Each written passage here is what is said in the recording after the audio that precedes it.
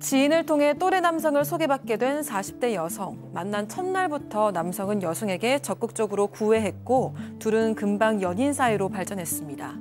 하지만 여성에게는 한 가지 고민이 있었는데요. 나이도 있고 해서 얼른 남자친구와 결혼하고 아이도 낳고 싶은데 남자친구는 계속해서 결혼을 미뤘다는 겁니다. 늘 얘기하기를 자기는 지금 직업을 갖고 있지만 사업을 하고 싶다고, 그래서 어느 정도 이제 돈을 벌고 나서 이제 결혼을 하고 싶다는 그런 얘기를 계속 했어요. 그렇게 몇 년의 시간이 흐른 어느 날 여성은 충격적인 사진을 보게 됩니다. 바로 자신의 남자친구가 결혼식장에 서 있는 사진이었는데요. 도대체 이 여성에게 무슨 일이 일어난 걸까요? 무슨 일이 일어난 겁니까? 네, 일단 2013년도에 둘이 만났습니다. 제보자는 당시 40대 여성인데요. 아는 오빠의 소개로 1살 연하인 이 남성을 만나게 됩니다. 그런데 이 남성은 본인이 유명 언론사의 기자라고 소개를 했다고 합니다. 이 만난 첫날에 바로 문자 보내고 전화하고 굉장히 적극적으로 구애해서 금방 연인으로 발전했습니다. 그 이후에 여성은 남성의 가족들도 만났고요. 지인들도 소개받으면서 여느 연인처럼 행복한 나날을 보냈습니다. 밥 먹고 차 마시고 주말에 영화 보고 단둘이 여행도 가고 정말 평범한 나날들을 보냈다고 합니다. 자, 40대 여성 입장에서는 뭐 네. 빨리 결혼에 대한 어떤 조급함도 있을 수 있잖아요. 그렇죠. 이렇게 행복한 나날을 보내고 있었는데 그 부분이 가장 고민되는 부분이었어요. 40대이기 때문에 나는 결혼을 해야 된다. 집에서도 결혼을 얘기했고 그래서 만난 지 2년이 됐을 무렵부터 결혼 얘기를 이제 이 피해자 이분이 이제 하기 시작했다고 합니다. 우리 결혼 안 하냐고 이렇게 질문하면 이 남자친구는 해야지라고 얘기를 하고 아이는 어떻게 낳을 거냐? 당연히 낳아야지 라고 얘기하고 우리 나이가 좀 있기 때문에 빨리 결혼하자라고 하면 이 자꾸 시간을 좀 끌었다고 해요. 뭐 메신저하고 메일로 결혼식장 정보라든지 청첩장 디자이너 이 디자인했는 것들을 보내더라도 결혼 얘기가 나오면 식장은 언제든지 있기 때문에 결혼은 언제든지 하면 된다라고 지금 얘기를 하고 또 돈을 이제 좀 벌고 나서 또 결혼하고 싶다, 사업을 하고 싶다라고 얘기를 하고요. 그 와중에 아이 가질 생각이 있다고 하니까 난자를 이 피해자가 산부인과에 동결까지 했다고 합니다. 자, 점점 뭔가 수상한 기운이 막 밀려옵니다. 네, 여기서 더 발전한 게 여기서부터 정말 이상해지는 거예요. 자꾸 돈을 빌려가기 시작하는 겁니다. 처음에는 뭐 그 카드를 안 쓴다고 하면서 돈을 빌릴 때 어떤 걸로 빌리냐면 뭐 이제 또 장례식 부조금 그리고 뭐 자기가 동호회 나가는데 동호회 회비 이런 것들 그다음에 휴대폰 전화요금 이런 것들도 돈을 빌려서 지금 뭐 썼다라고 하고요. 안 갚은 돈만 한 260만 원 정도 된다고 하고요. 그러다가 또 카드를 안 쓴다고 해서 자꾸 현금만 쓰는데 그러다 보니까 불가피하게 본인이 그러니까 제보자가 카드를 쓸 때도 있지 않습니까? 그럴 때는 어쩔 때는 또 절반 정도를 현금으로 본인이 주기도 상대 남자친구가 주기도 했다는 거예요. 어느 날인가는 자기가 아는 지인이 뭐 회사가 좀 어려워져서 돈을 좀 그 사람에게 빌려주고 싶다라고 했는데 그 돈을 또 이 제보자로부터 빌려가지고 돈을 줬다라는 거예요. 근데 샤일피일 미루고 안 갚으니까 답답해서 이 지인이 마침 또 연애 초기에 그러니까 안면이 있는 사이였다고 합니다. 그래서 직접 연락을 해서 아니 그 남자친구가 뭐 돈 도와줘야 되고 돈 빌려갔는데 어떻게 된 겁니까? 라고 그렇게 물어보려고 했던 거죠. 근데 거기서 충격적인 사실을 알게 됩니다. 자, 빌려준 돈, 그 지인한테 빌려줬다고 하니까 연락을 했어요. 이 제보자가 받으려고 그 지인과 통화를 합니다. 남자친구의 충격적인 비밀을 그 지인이 얘기해 줍니다. 체크포인트 짚어보죠. 야, 네 남자친구 결혼했어. 무슨 소리일까요? 직접 들어보시죠. 제가 계속 뭔가 저한테 계속 돈을 빌리고 안 갚고 뭔가 이상해서 5년, 6년 만에 그 지인분한테 이제 연락을 해서 이제 물어보게 된 거죠. 예전에 대표님 회사가 어렵게 돼서 저한테 돈을 도와주고 싶다 그래서 돈을 빌려갔는데 그런 적 있냐 물었는데 그런 적 없다 그러셨고 그런 식으로만 저는 이제 돈 거래에 관해서만 물었는데 이 지인분이 갑자기 기자 결혼한 거 모르세요? 그래서 이제 그때부터 좀 이제 머리가 하얗게 되면서 자, 여기 원고에는 무슨 막장 드라마에서나 보던 일이 벌어졌어요라고 적혀 있는데요. 네. 저희 사건 반장에 남자친구 알고 봤더니 유부남이었다. 너무너무 오늘도 2건의 제보가 들어왔습니다. 일상 다반사예요, 아주 그냥. 네, 사실 저도 얼마나 많은 그런 관련한 상담을 했겠어요.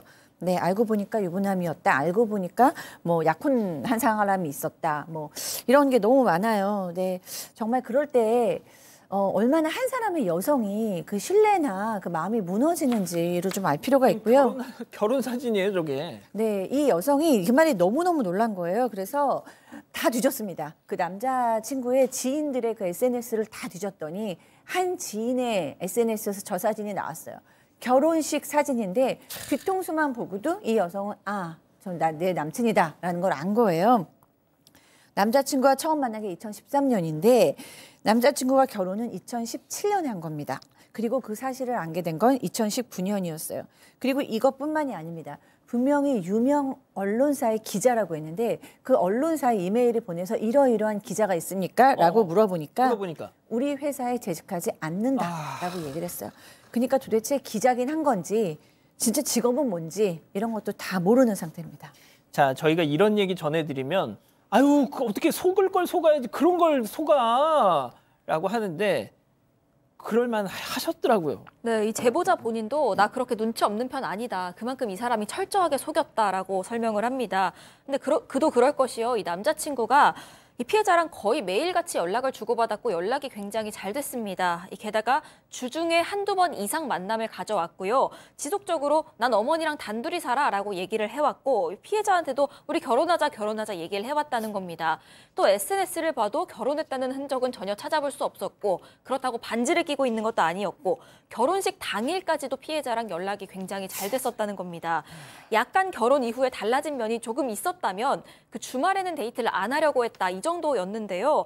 여기에 대해서는 나 주말에 축구 운동 모임 있다거나 아니면 너무 피곤하다거나 이런 핑계를 대기도 했고 또 이 시기에는 이미 피해자랑 만난 지 어느 정도 된 시기였기 때문에 오히려 크게 의심을 안 했다고 했습니다. 나중에 알고 보니까 이 남자친구는 이 기간 동안 데이트 끝난 뒤에도 이 어머니 집으로 가는 척을 하고 그 뒤에 신혼집으로 가는 식으로 이 제보자를 속여왔습니다. 양 변호사님, 저런 놈들이 너무 많아 진짜.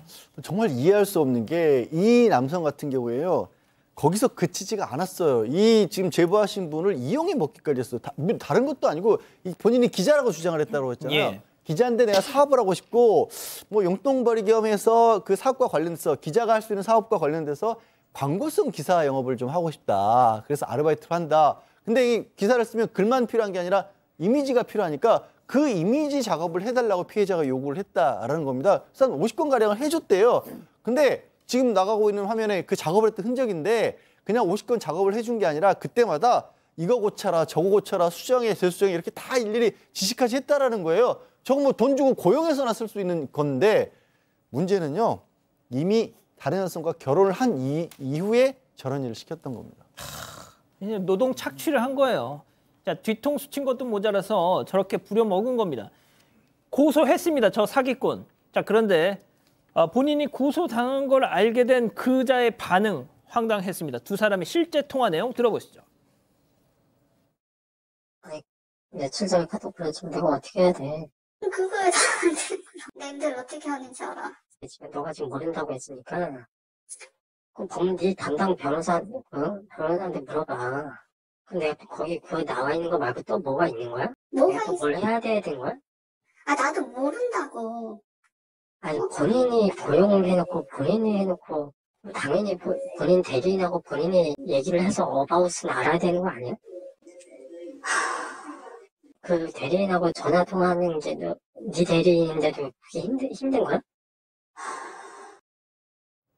지금 쟤 뭐라 그러는 거예요 지금? 자, 이게 소송이 좀 걸린 것 같아요. 지금 이제 형사소송 또 민사소송, 특히 형사는 고소가 될 수 있는 부분이고요.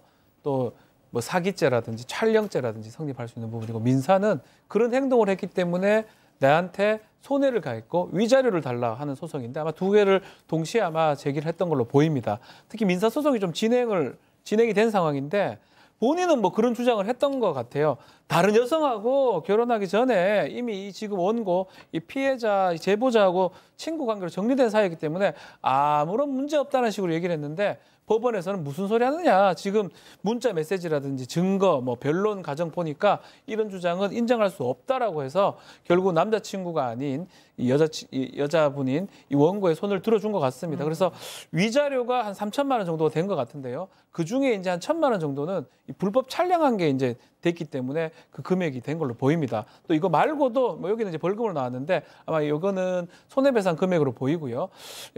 이 사람이 재질도 안 좋고 변명하고 이게 반성을 하지 않기 때문에 또 전과도 많기 때문에 또 벌금 부분 또 형사 사건도 지금 진행 중인 것으로 지금 보입니다.